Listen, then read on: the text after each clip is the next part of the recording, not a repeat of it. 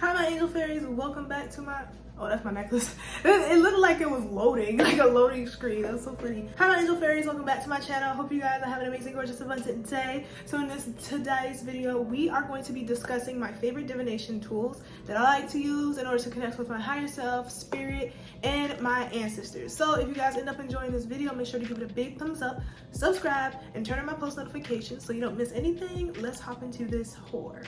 Yeah, like I said, in this video we're going to be discussing divination tools, and hopefully I don't have to turn on a light because the sun is going down, so I may be speaking a little bit fast, but you're still going to listen, right? So the first thing I want to discuss when talking about this is energy, calling back your energy. That is going to be the easiest way to make sure that what you're doing happens for you effortlessly, and also be easier for you to decipher what the universe has in store for you. Because if you don't know your energy flow, or if you have a problem like connecting with your intuition and things like that, it's going to kind of be hard for you to listen to your higher selves, to listen to spirit, to listen to the divine. So you want to make sure that you know exactly how to call back your energy. And if you guys would like to know how to do that, go down to the description box below, because I have a workshop on it that you can download and just watch the entire video of it. But that is one of my favorite workshops. It teaches exactly how to call back your energy. And what I mean by calling back your energy is making sure your energy flow is going in the right direction, which is coming this way, not being pushed outwards. And that is something I had to learn last year. I kind of figured out why my manifestations were not coming as quickly as I desired it to. I'm like, girl, you're pushing it away. Like, it comes quickly, but it leaves just as fast. So I'm like, why is that happening? And that was the reason. That's why it was happening. So now we're going to be discussing the actual divination tools. I'm going to have 3 here for you today that I personally use that helps me align with my desires, connect with my ancestors, divine for you guys. As you know, I do tarot readings and things of that nature, collectively and personally. So if you guys would like a collective tarot reading, head over to my Twitter, because that's where I do it a lot. I do it on TikTok as well, just from here and there, but Twitter is definitely where you want to go. So yeah, let's look in the iPad to see what's up in here.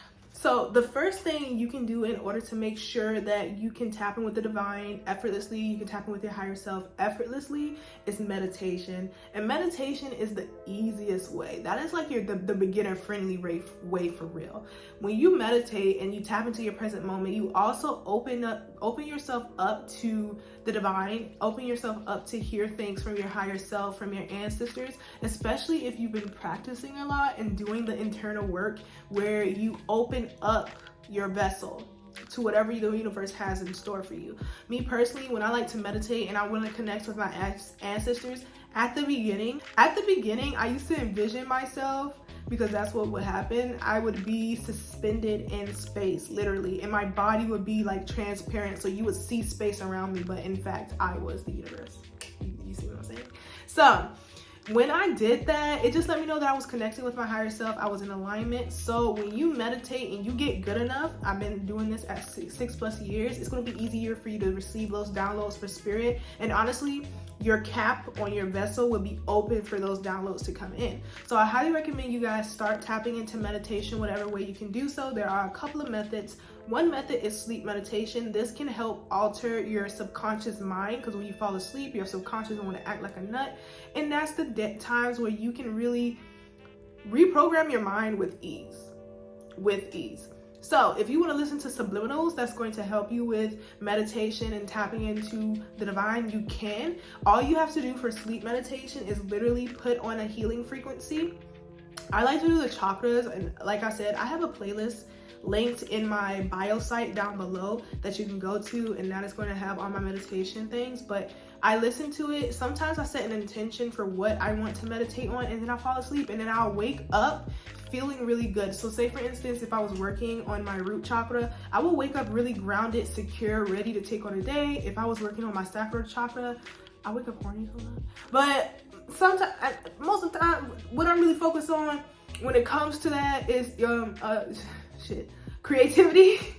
I focus on creativity. So if I do my sacral, I don't know how to say it, my creativity would be on 10. Like today, my creativity was, but I didn't sleep meditate. I just did regular meditation. Well, actually, no.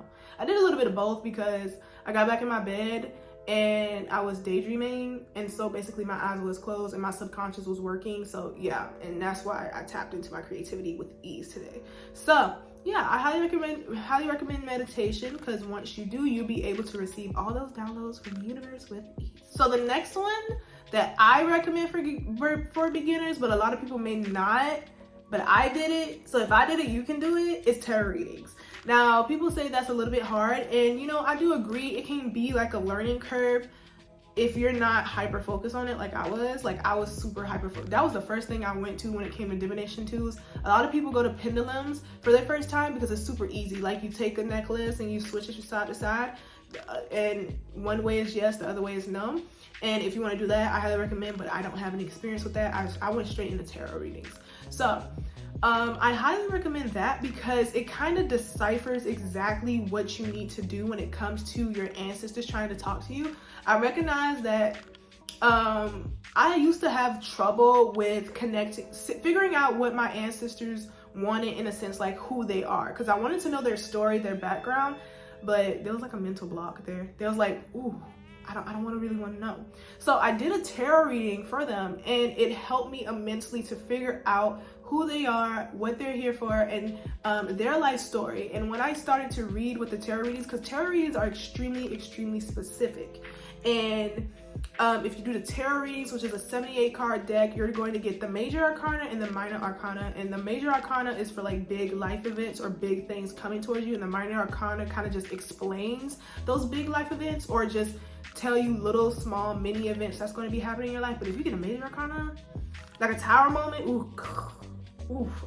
I don't like that card. That card just brings pain every time it comes out, because it'd be like, oh no, don't be afraid. It's just, be afraid, be very afraid, because tower moments are necessary. It's needed, and I always feel better coming out of it. But that shit hurt, that shit painful, like it makes you crawl out your skin. But the recent tower moment I had, it was actually pretty good, because I was able to have a handle on it. So thank you, spirit, thank you, ancestors. Maybe I listened this time, and that's probably what it, I think the other times I just didn't.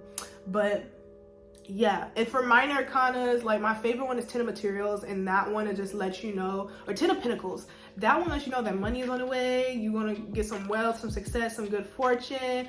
Six of Wands is my favorite one, or Six of Inspirations, maybe? No, Six of Wands. It's Six of Wands. Six of Wands is my favorite one. That's like victory, success. So yeah, tarot readings are really great in order to talk with your ancestors, talk with your spirit guides, and even talk with yourself. And it also helps you kind of figure out what path you need to take, and also try to let you know what future you're taking in the moment, because it can help you kind of decipher the future. And what I mean by this is, like, it can show you a path that you could take if you allow it to.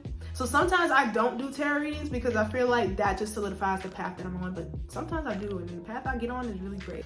And then the last one is clairvoyant abilities. Now, there are 4 clairvoyant abilities, and I'm just gonna say some that is off the top of my head, because I don't know them all. I feel like I know it all, and it's so funny because I keep going over the same ones, but I keep forgetting. So it's clairaudience, clairvoyance, maybe not clairvoyance. I think clairvoyance is like the umbrella term. But it's clairaudience, claircognizance, clairsentience, and then something else. Something else. But I forgot. So it's those clairs, and I have all of them. Okay, those are basically psychic abilities. So the way that I use these things is, whenever I do a tarot reading for you guys in particular, sometimes some images would come into my head, either of you, or it'll be beautiful images come in my head. So say, for instance, I'm doing a love reading, and there's this person who no longer wants to be with this other person. I would get an image, a download of what exactly is happening, and I have to describe that in an image to my clients. And sometimes it's beautiful, and sometimes it's like, oh shit, get off of me. Like, because I'll be seeing images of like black goo stuck to my clients, and it's just like shit weighing them down. Sometimes I see my clients as a small little nymph, and like a little flower comes to them to let them know that they're still bright, but it's like a small little nymph in the darkness. And then they be coming out the light. It's just a lot, but it's fun to have those, and also helps with my readings whenever I read for you guys. And also for myself, I receive those downloads. Another way my clairaudient abilities help is like if my ancestors have something to tell me, I will just receive the download straight in my head. I don't have to meditate. I don't have to do anything else or get my tarot readings. It just instantly deposits in my head, and I go do whatever they tell me to do, or answer whatever question they have for me, or I listen to whatever downloads they have for me. So it helps with that. Another thing is I kind of feel people emotions. Like I already know off the bat how people are feeling, or even further, I take on their emotions as my own. So I have to regularly clean myself because of that. That ability is kind of sickening, I'm not gonna lie, because I'll be like, girl, what are you mad for? They're going through it, you're not going through it. And of course, I do have a video on how to tap into your psychic abilities. So if you want to see how to do that, go up there, because I'm gonna put up there, or maybe over here. So that is going to help you with tapping into your psychic abilities, because it's fun. It's fun to do when you get used to it. Some of them I'm glad I don't got the seeing, or like, oh, I have another one, which is mediumship, but we're not going to get into that. This is for beginners. These are my favorite divination tools. Mediumship is not my favorite. I do not want a ghost coming in me to tell me something about your ancestors.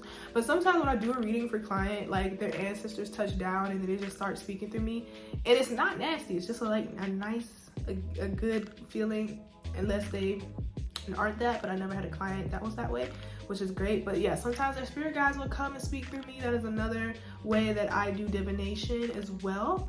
But yeah, that's pretty much it for this video. I really hope it helps and bring some clarity to your psychic abilities. Do let me know in the comments below what other videos you guys would like to see from me, or if you have any questions about this, I will answer them to the best of my abilities if I can. Yeah, so make sure you stop by my shop to get that workshop that I talk about, call back your energy. That's going to be great. And also sign up for my newsletter, because I also give you guys information on spirituality and things like that weekly. I'm starting to do that again in my newsletters, because I used to do that at the beginning of my journey, and I really miss talking to you guys in that way. It's like a little journal for my spirit, for my downloads, little how-to tutorials and thoughts. So I definitely think you guys will enjoy that. But yeah, again, loves, thank you guys so much for tuning in. I'll see you next time. Bye, my loves.